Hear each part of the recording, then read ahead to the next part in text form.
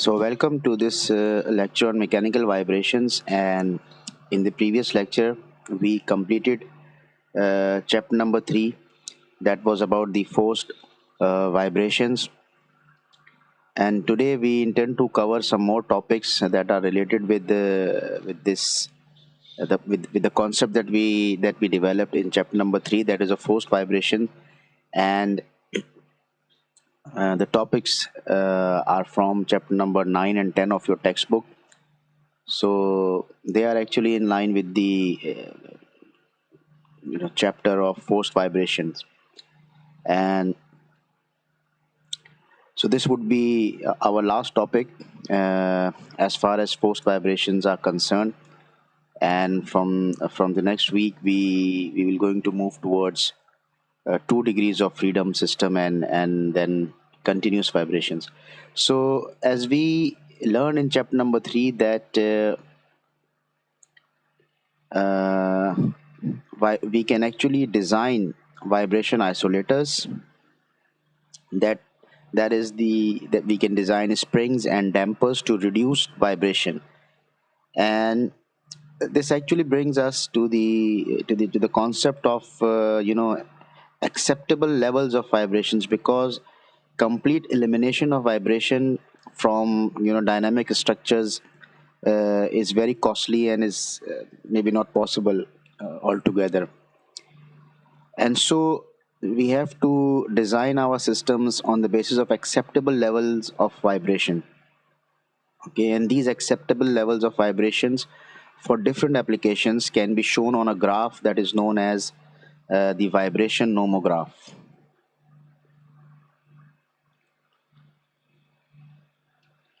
So you can see here in this table that amplitude range and frequency range of different applications where these vibrations can be found.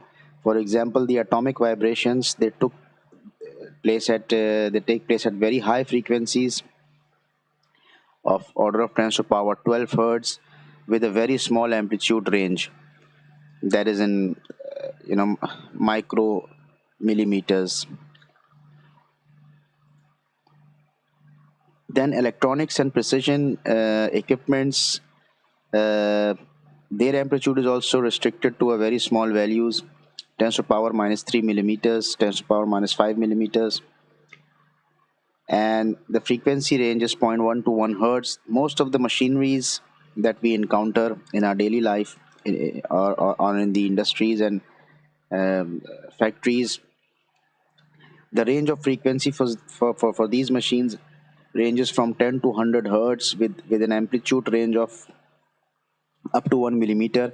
And then we have skyscrapers, very huge and tall buildings, and the amplitude range can be from 1 millimeter to 1000 millimeters, that is approximately 1 meter, and the frequency range is only 0.1 to 5 hertz. So there are low frequency vibrations. Even for human perception, you can see that vibration frequencies are low, 1 to 8 hertz only. And in case of human beings, what we are interested in is the accelerations, because accelerations are something that will be very uncomfortable for the human occupancy. So instead of amplitude, or instead of displacement, we measure accelerations in case of human perceptions. And so the acceptable levels of vibrations that are you know that are designed, or you can say that are considered to be not of much hazard, uh, are basically reported by ISO, like ISO 2372 for machinery, ISO DP 4866 for buildings, and ISO 2631 for human sensitivity. So the international standards of the International Organization for Standards, sorry, the International Organization for Standards, ISO, they have recommended some sensitivity levels for the vibrations of these equipments, machinery, buildings, and human sensitivity. And so these levels of acceptable vibrations are shown on a graph that is known as a nomograph. And this nomograph can be used to, also monitor the condition of machineries and buildings and precision equipments. And if their vibration seems to be out of the bounds, then some measures have to be taken. So it's a very useful graph from, maintenance point of view and industrial application point of view. And it looks like this one that is shown on the screen right now. Here the x-axis, we plot the frequencies on the x-axis. Then the y-axis, we plot the velocities of vibration, millimeter per second, 135, so on. And the negative sloping lines here,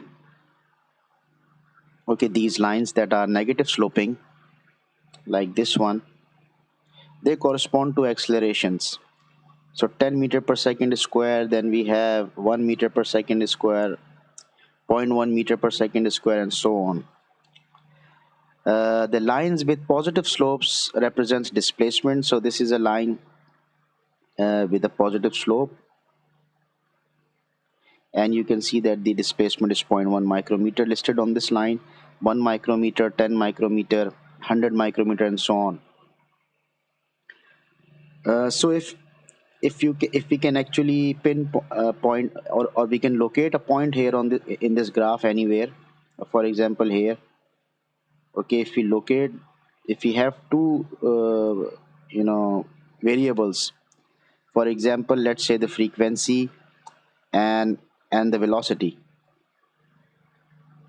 So we can locate a point on this graph and we can read the other remaining values. For example, for this point, the acceleration will be approximately zero point 0.1 meter per second square, or slightly more than this, and the displacement will be zero point 0.1 micrometers, or slightly more than this. So if you know two variables, you can plot a point on this graph and you can extract other information, and you can see that whether this point is within the limits of the standards described by the ISO or not. For example, here you can see this solid black line. Okay, this represents the threshold of perception for human sensitivity according to the ISO 2631. So if you are operating below this line, this solid line, okay, then you haven't actually reached the human threshold. Okay, but if you are near this line, or maybe you have crossed this line somewhere here, then you are actually in the sensitivity zone for the human beings. So for example, if you look at this point, okay, you are very near the acceleration of 0.01 meter per second square, okay, with a frequency that will be around 5 to 6 hertz, and a velocity that will be maybe 0.98 or 0.89 millimeter per second. Okay, so if you are exposed to this level of vibration for 24 hours, okay, you will feel uncomfortable. Okay, it will be reduced comfort, and if this point somehow is located beyond this upper bound, maybe here, okay, then you can see that now the accelerations are very near to zero point 0.1 meter per second square, with frequency of vibrations approaching 10, and the velocity that is nearly maybe 2 millimeter per second. So this actually brings you beyond the human sensitivity bound, and it will be very dangerous for human beings to feel these kind of vibrations. Similarly, for machineries, you have the ISO 2372 standard, and the range of frequencies are specified from 10 to almost 1000 hertz. And if you are below this line, 0.11 millimeter per second, this dotted line of velocity, okay, then you are safe. Even if you are beyond this line, that is claimed to be a good condition for machineries, no problem. If you entered here in this region, again you are satisfactory. In this region you are good, does not matter. But if you cross this velocity of 5 millimeter per second, maybe if you are here somewhere, if your machine is vibrating with a velocity of almost 10 millimeter per second, okay, 10 millimeter per second, with then this velocity, and with this displacement 1 micrometer to 10 micrometer, some value between this, maybe 5 micrometers, okay, with an acceleration that is closer to 10 meter per second square, then this would be unsatisfactory for your machine, okay. And so you certainly have to modify maybe the operating condition of your machine, or maybe the natural frequency of your machine, to basically move this point into this region of satisfaction. So this nomograph actually tells you, uh, it can help you in monitoring the condition of your structure and machineries, and it can help us in maintaining you know the maintenance criteria for the machine.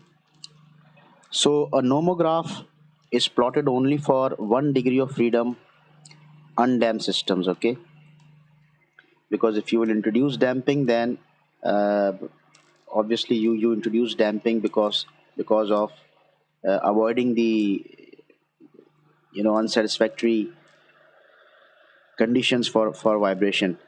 So so that is why this nomograph is plotted for undamped systems only, okay. And it represents the variation. So how you can define vibration nomograph in a way that it represents variations of vibration, displacement, velocity, and acceleration with respect to frequency of vibrations, okay. So it represents the variations of displacement, velocity, and acceleration amplitudes with respect to the frequency of vibrations. And what you can notice here is that this graph actually utilizes RMS values here. Okay, so these are RMS values: displacement, velocities, accelerations.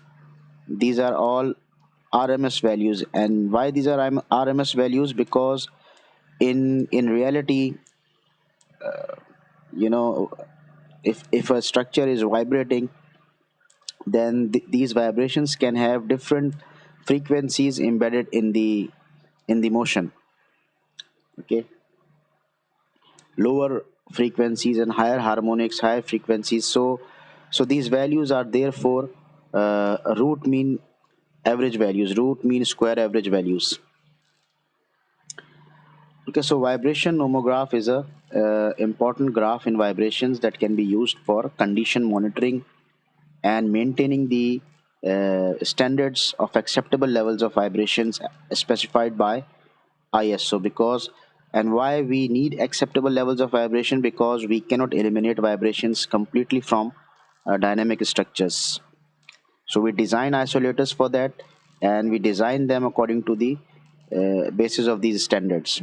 We have to bring the levels of vibration within these bounds shown by the vibration nomograph.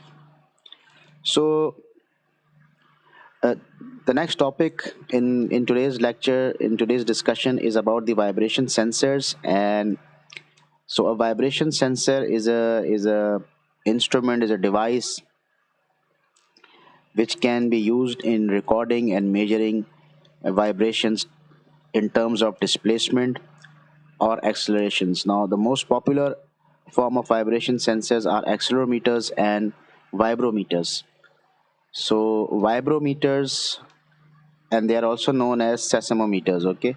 So they record displacement, they record displacement, whereas accelerometers can record accelerations. So accelerometers can record accelerations. And the important thing is that all these vibration sensors, if you remember the topic of base excitation, I told you there that these vibration sensors are basically an example of base excitation. So they all work on the principle of base excitation. That is, some structure is vibrating, okay, and you attach these sensors with that vibrating structure, okay, and what you want is to transfer these vibrations of your structure into this sensor so that it can give you a value of vibration quantities that are very closely related to the vibration characteristics of your structure. So this is really a case of base excitation. And vibration sensors can be active sensors and they can be passive sensors. Okay, active sensors are those sensors which basically utilizes power supply for their measurements, to take measurements, whereas uh, passive sensors are those sensors which actually generates a electrical signal by themselves, and then these signals are recorded, and they can be considered proportional to the vibration quantity such as displacements and accelerations. So they can be of passive type and they can be of active types. They can be of contact type sensors and they can be non-contact type sensors. As you can see some pictures here, photographs here on this screen. So this is a piezoelectric sensor and which is of contact type. So you have to attach this sensor, the base of this sensor, using some sort of adhesives and bondings with the vibrating structure in which you are interested to record its pickups, vibration pickups. And here you can see that this is a photograph of a non-contact type vibrometers or a vibration sensor, and this is based on the laser Doppler effect. So it is the laser Doppler vibrometer, and this is also an active type because you can see that in order to generate these lasers, you need to give some power supply to this device, and it can throw the laser beam on the vibrating structure, and it can record the Doppler shift of the laser beam, and on the basis of that shift, it actually gives you the values of vibration quantities. And these kind of sensors that are non-contact type sensors, they can be very useful in regions that are not uh, easily accessible, or if you are trying to record the vibrations of a very small object, okay, then you cannot really attach a massive sort of a sensor with that uh, item, and for that you need a non-contact measurement system. So these LDVs, okay, laser Doppler vibrometers, are used for that purpose. So they are non-contact types, and then you can have vibration sensors, MEMS vibration sensors, okay, micro electromechanical systems vibration sensor. So they are very small uh, type of sensors, and they can also be attached with the vibrating structures like these piezoelectric sensors. So this was an old technology. Now we have MEM sensors with us, and these MEM sensors can also be controlled through Arduino microprocessor or through the computers like this LDV here. You can interface these kind of sensors with computers and record the data. So they are highly automated vibration sensors used for condition monitoring and maintenance procedures. So the basic construction of any kind of a vibration sensor is that it actually has some sort of a seismic mass, that is the inertia element, and which is actually attached with the structure through its stiffness and damping uh, characteristics. Okay. and the entire thing is enclosed in a casing. Okay, so when the structure vibrates, okay, these vibrations are transferred to this seismic mass, and then this mass also begins to vibrate, because it is the case of base excitation, and then the motion of this mass can be recorded. uh, if you connect this moving mass with some kind of a variable resistance, variable resistor like rheostat, then you can measure the voltage output that will be proportional to the displacement of this mass or the acceleration of this mass. And sometimes what you do is that you uh, use piezoelectric disc. So we use some kind of a piezoelectric disc that is attached with this mass, and when these piezoelectric disc, when this structure is vibrating, it basically put these piezoelectric disc under some kind of a stress, and they deform, and therefore they produce electrical signals that can be recorded, and those signals will be proportional to the displacement of the mass. So any kind of arrangement can be used. Mostly we have the piezoelectric type of vibration sensors.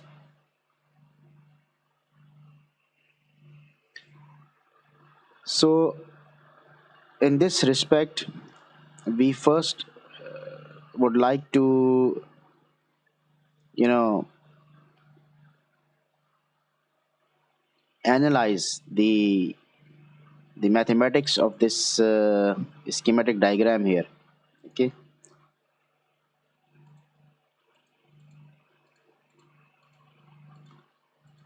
so as you can see here that we have a damping element, okay, that is basically attached. One end is attached with the vibrating structure, the other end is attached with the seismic mass. Similarly, this stiffness also, one end is attached with the casing, the casing is attached with the uh, vibrating structure, and the other end of the stiffness is attached with the mass. This is the inertia element, so we can use the Newton's second law of motion to analyze what is going on within this casing. So since we notice that the seismic mass is enclosed within the casing, its absolute displacement is difficult to measure, and therefore in case of vibration sensors we define a relative displacement z, a variable of relative displacement z, which is given by the difference between x and y. So x is the space variable, motion variable attached with the mass, and y is the space variable or motion variable attached with the vibration of the structure. So the difference between these two is the relative motion of this seismic mass.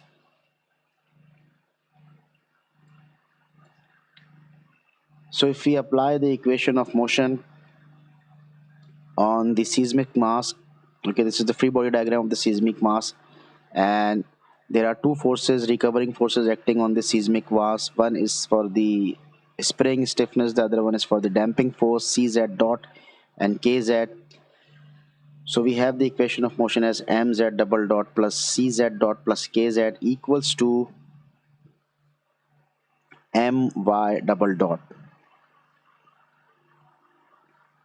Okay, this is the inertia force of the structure that is vibrating.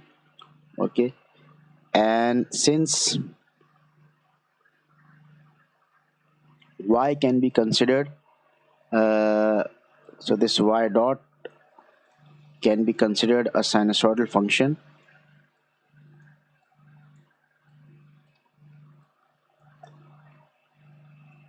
of sinusoidal function,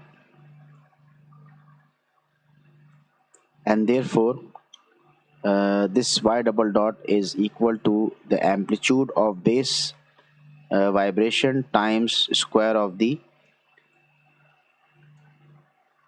frequency of excitation and into sine omega t.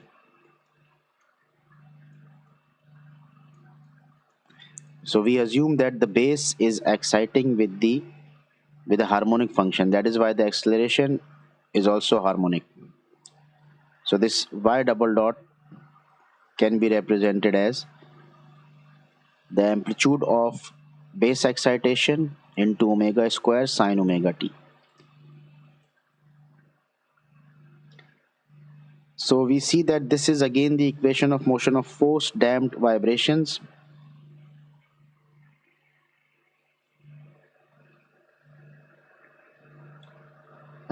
Therefore, the response of this kind of an equation of motion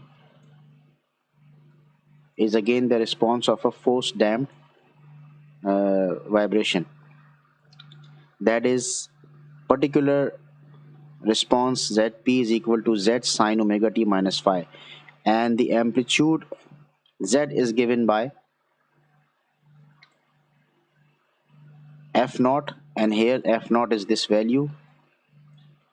So m omega square capital Y under root k minus m omega square whole square plus c omega whole square. So it's a familiar sort of a expression that we derived in previous lectures as well. And if we take this y in the denominator here on the left hand side, we will have a dimensionless ratio z by y, which will be equal to r square upon under root 1 minus r square whole square plus 2 zeta r whole square. You have to take k common as well from the denominator to convert this expression in form of r and zeta. Okay, so if you look closely to this expression, so we are now working out this expression for vibrometers or seismometers. So if we look carefully this expression, okay, we will notice that if this ratio r square upon under root 1 minus r square whole square plus 2 zeta r whole square, if this ratio becomes approximately equal to 1, then what will happen, that this z, which is the relative displacement of the sensor, will become exactly equal to the displacement of the structure. And that is what we want. We want our sensor to record as closely as possible the displacement of the vibrating structure in case of a vibrometer, because a vibrometer is a device that measures displacement.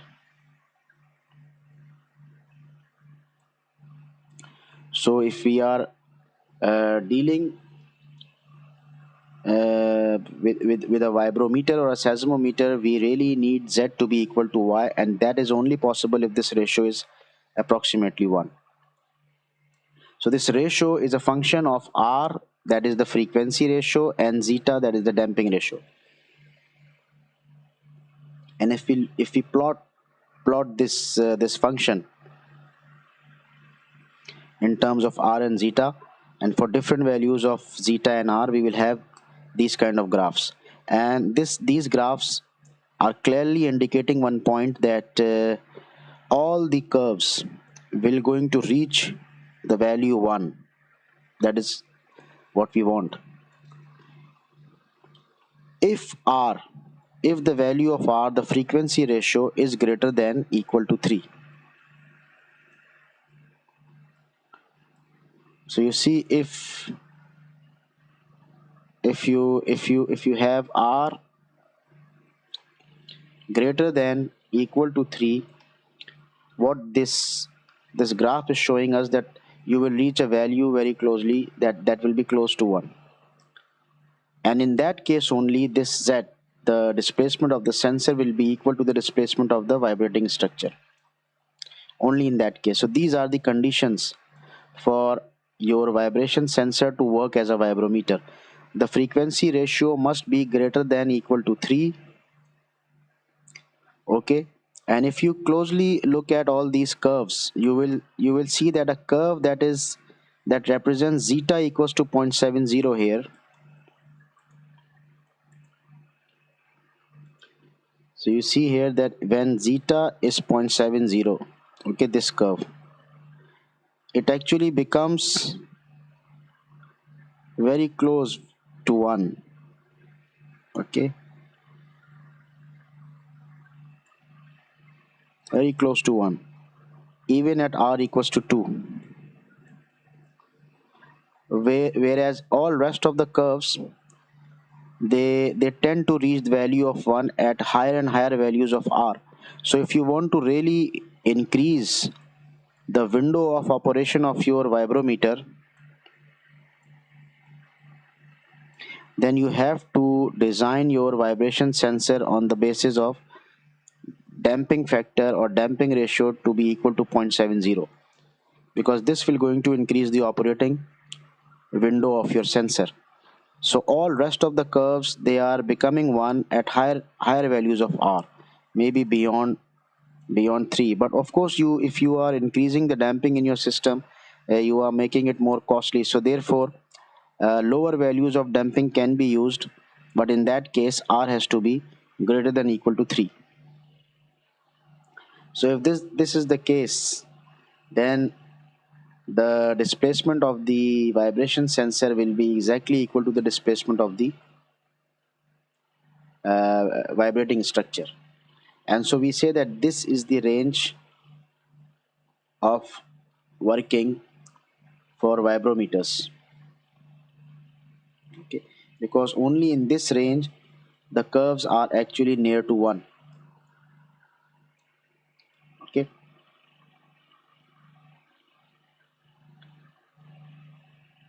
in the rest of the region you can see that they are deviating from 1, and so it will not be a very good condition for the operation.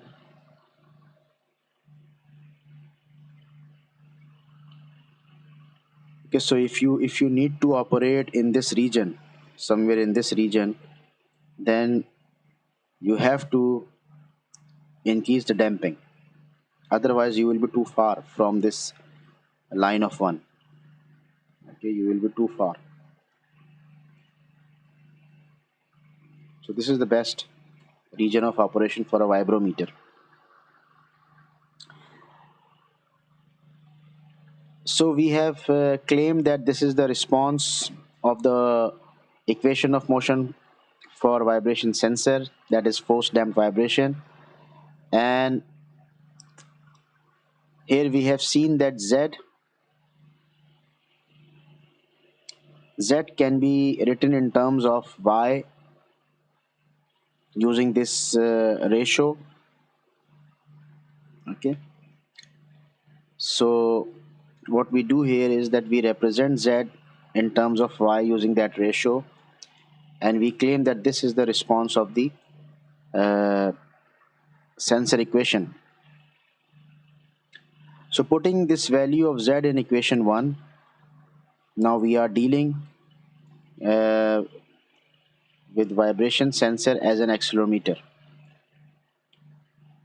So putting this value of z in this equation 1, okay, and then realizing that r is actually equal to omega upon omega n square. So in place of r square, we can write omega square upon omega n square, and then we can take this omega n square in denominator to multiply it with zt here. Okay, and the rest of the thing remains here. So in place of r square here, now omega square has appeared, y is appearing here, sine omega t minus phi, and this ratio appears as it is here. So if you work out the unit of this left hand side, this z is in meters, this omega n square is the natural frequency of your sensor, that is now an accelerometer. So this becomes meter per second square. So this left hand side is actually representing the acceleration of your sensor. Z times omega square, omega n square, is the acceleration of your sensor. Okay, so whereas if you look here, okay, then this is the acceleration of your vibrating structure.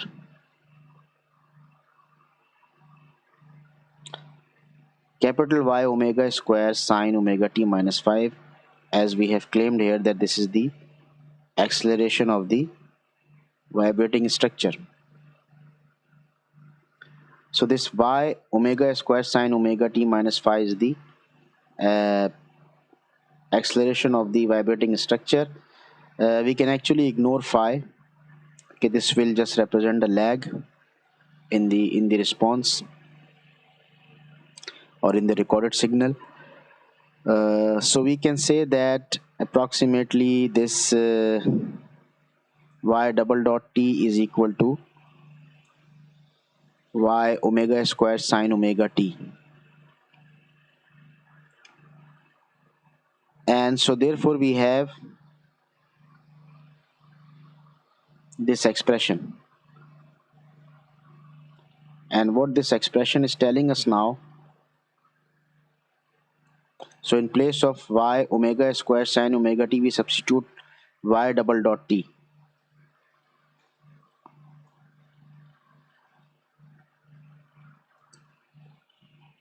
So this minus sign is telling us that the response of the vibration sensor will be 180 degree out of phase.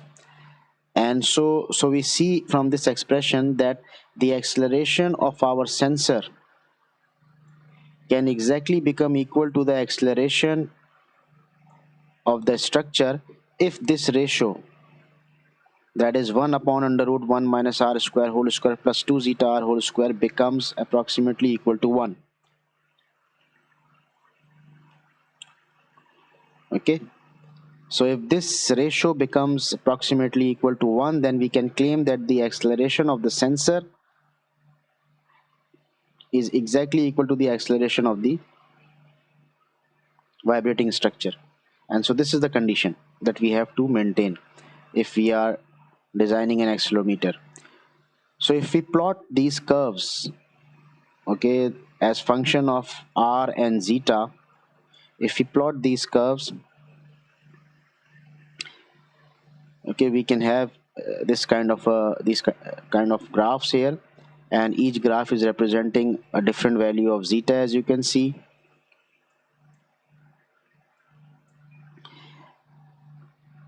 And so this ratio can only be 1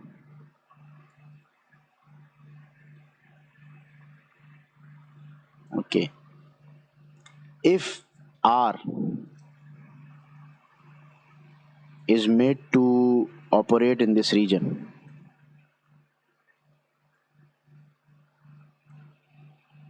Only in this region.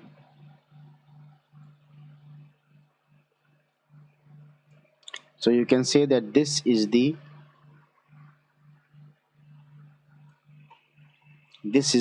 operating region for the accelerometer. So r has to be less than 0.2, especially if you look at the curve of zeta equals to 0.7, you will see that it almost becomes equal to 1 even slightly before r equals to 0.2. So zeta equals to 0.7 has actually increased the window of working. If you can design your sensor with this value of zeta, that is 0.7, precisely it has to be equal to 1 under root 2. Okay, that is equal to 0.707. So if you can design your vibration sensor with this damping 0.707, then you can increase the operating window of the accelerometer as well as the vibrometer, as we have seen here. So for zeta equals to 0.707, you see that the operating window was larger than compared to other values of zeta, because at 0.707 it is reaching 1 uh, before other graphs can reach 1. Okay.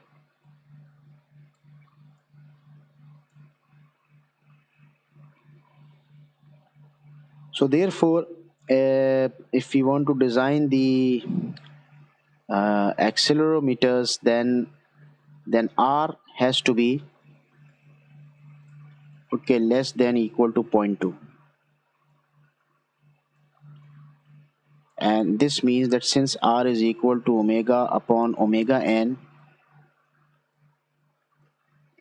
it has to be less than equal to zero point 0.2.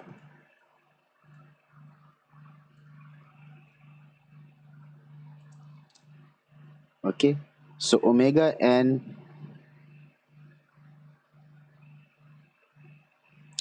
will then be will going to then become equal to uh,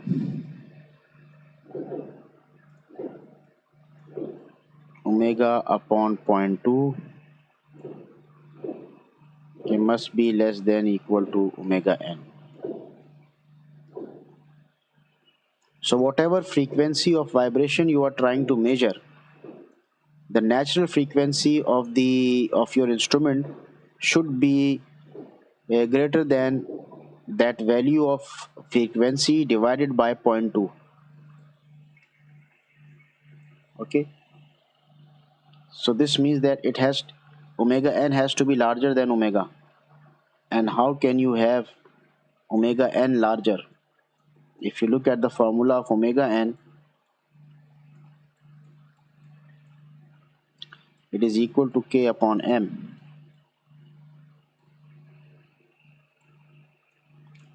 So if you try to reduce the mass, what will happen? This omega n will going to increase, and so it gives us idea that accelerometers are vibration sensors that are smaller in size. So these sensors are actually smaller in size compared to the vibrometers, and therefore they are the preferred choice because of their small size.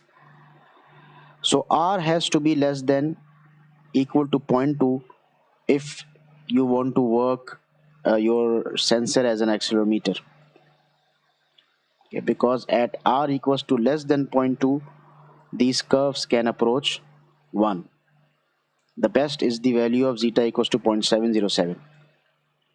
Other instruments, devices, sensors that can be used to record vibration characteristics are tachometers and stroboscopes used for frequency measurements, exciters and shakers that are used to investigate about fatigue of the structure, dynamic testing, and forced vibration experiments. But the most important vibration sensors used in the practices are the accelerometers and the vibrometers. So let us do this problem. In the end, a vibrometer having a natural frequency of 4 radian per second and zeta equals to zero point 0.2 is attached to a structure that performs a harmonic motion. If the difference between the maximum and the minimum recorded values is 8 millimeter, find the amplitude of motion of the vibrating structure when its frequency is 40 radian per second. So this is basically a vibrometer that we are using. Okay, and it has a frequency of 4 radians per second with a zeta value of zero point 0.2, and the frequency and the frequency of the vibrating structure is 40 radian per second. So this means that R, which is equal to omega upon omega n, is equal to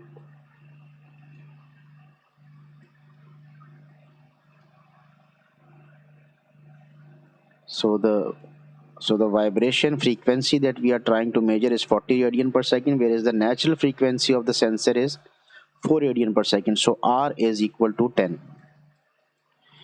and 10 means that we are actually above. R equals to 10 means that this value is above 3. So this was the condition for a vibrometer, as we can see here. So we are operating in a region that is even not shown here in this graph. So this, we expect that all these graphs will going to be very near to 1 at R equals to 10. So R is 10 here in this problem, zeta is 0.2. We can use for vibrometer the expression Z by Y equals to R square upon under root 1 minus R square whole square plus 2 zeta R whole square. That is, we are using this expression for a vibrometer. Sorry. And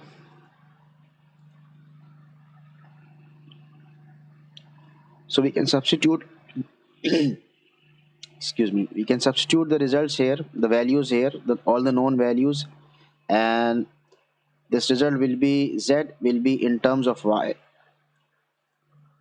and here Z is equal to 4 millimeters, because the difference between the maximum and minimum recorded values by the sensor was 8 millimeters. So this means that we are assuming everything to be harmonic.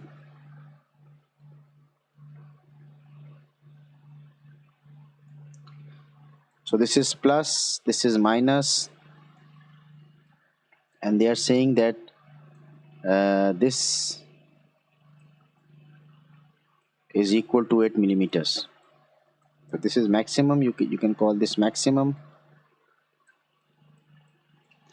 and this has minimum. So the difference between the maximum and minimum recorded values is 8 millimeters. So this is given to be 8 millimeters, and we know that Z is actually this value. It is the amplitude.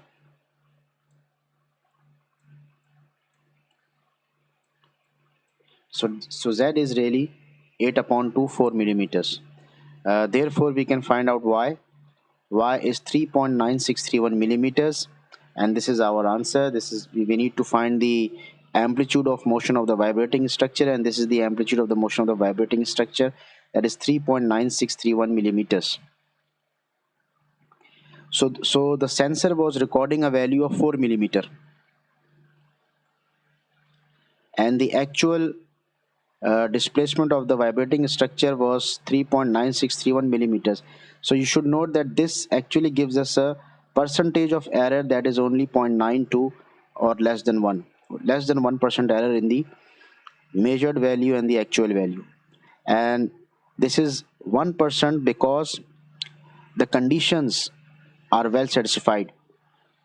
Even though we are using a very small value of zeta, not even 0.707, but since R was larger than 3, therefore this vibrometer gives us a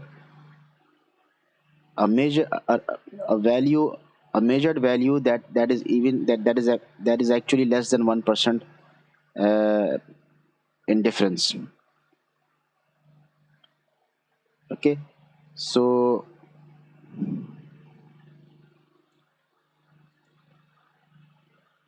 we were actually using a value of zeta that was actually maybe some curve that is like this, and then it was coming down, and since R was 10, so this reaches a value of almost 1. and that is why this Z was so close to Y.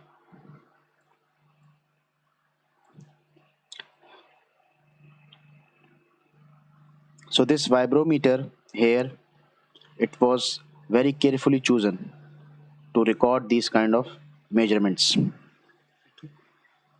So you always have to choose here, because you see the condition of accelerometer, which was r less than equal to zero point 0.2, actually gives you the idea that if an accelerometer has a natural frequency of 100 hertz, then it can only effectively measure vibrations up to 20 hertz,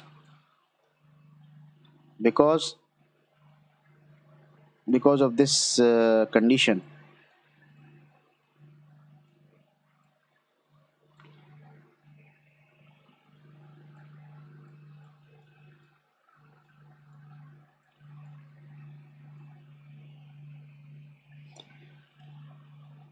So let's say if omega upon omega n is equal to zero point 0.2, if we take this equal to 0.2, and we say that the natural frequency of the instrument that we have bought or purchased or selected is 100 hertz, then we cannot actually use this accelerometer for all kinds of measurements. Okay, we cannot just blindly put this accelerometer on a vibrating structure and try recording its vibrations. We have to do some calculations first, we have to do some math first. Okay, so this, if the natural frequency of the accelerometer we have purchased is 100 hertz, okay, then this means that omega that we can measure is will be zero point 0.2 times 100.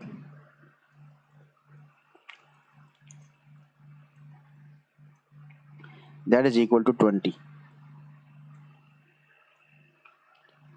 So we can only measure vibrations that has frequencies equal to 20 hertz or less with this accelerometer that has a natural frequency of 100 hertz. Okay, if we want to measure frequencies that is 100 hertz, okay, then you have to use an accelerometer that has a high frequency. Okay,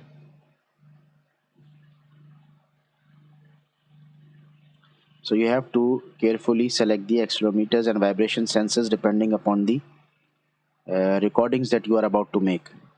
So this brings us to the end of today's discussion, and this is all from my side, and you have to go through all these lectures very carefully and all the problems that we did in these series of lectures. And next week, uh, lectures related to 2 degrees of freedom system and continuous vibrations will be uploaded. Thank you.